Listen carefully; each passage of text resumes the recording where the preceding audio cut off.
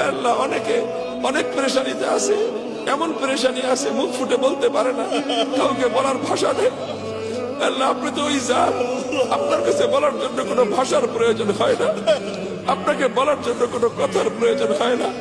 আল্লাহ আপনি তো মানুষের অন্তরের খবর জানেন, দিলের খবর জানেন। আলিম বিমা ফিস সুদুর। আল্লাহ কোন পেরেশানি কারো দিলে যদি থাকে, দুনিয়াতে শুনবার কেউ নাই, বলবার কোনো জায়গা নাই, আল্লাহ একমাত্র মানজা আপনি।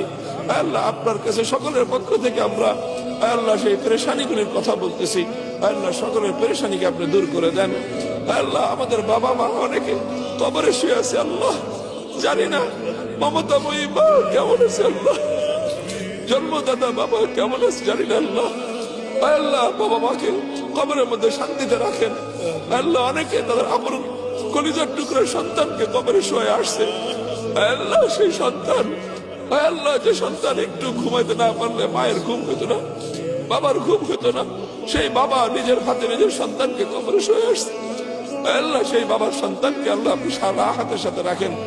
আল্লাহ এই ভূখণ্ডের জন্য অনেক মানুষ অনেক রক্ত দিয়েছে, অনেক চোখের অশ্রু দিয়েছে। আল্লাহ এই ভূখণ্ডের উপর শকুনের চোখ পড়েছে। আল্লাহ শত্রুর হাত থেকে, চক্রান্তকারীদের হাত থেকে আল্লাহ আমাদের দেশের প্রতি ইঞ্চি মাটিকে আপনি হেফাজত ফরমান।